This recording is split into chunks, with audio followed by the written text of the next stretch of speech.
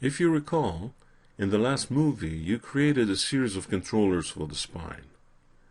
To refresh your memory, the instructions were such that you were asked to freeze the transforms on the various shapes, and then you were asked to link the spine controllers to the main hip controller. This was done on purpose to demonstrate a potentially important problem.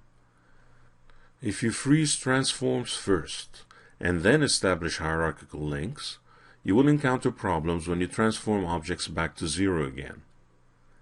Select the 4 blue spine controllers and transform them back to 0. Notice how they jump up in Z, in fact, by exactly double the distance the main hip controller is from the ground. This happens because of how the hierarchical linkage was evaluated after the freeze transforms.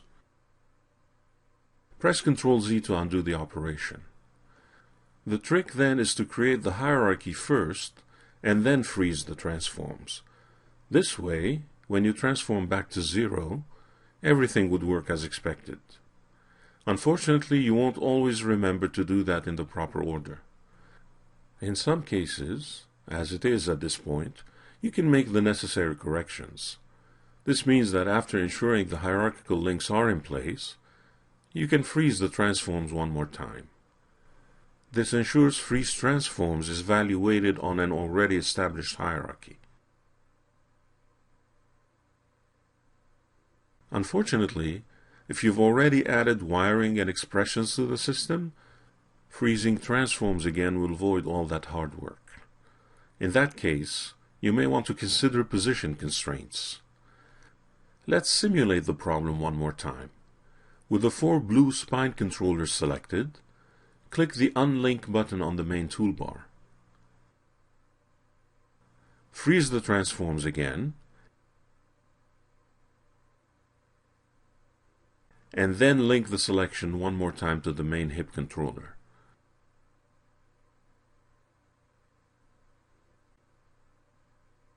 Now we're back to square one, with the problem shown earlier.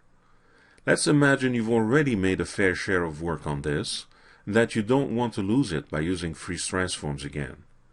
In that case, unlink the selection, and then use position constraint to constrain the selection to the main hip controller.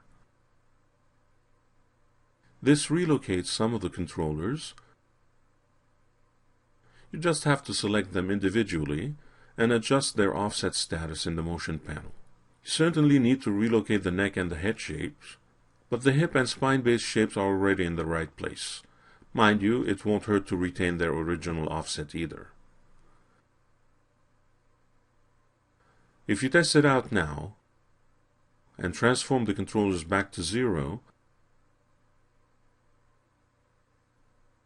you'll notice that everything will work as expected.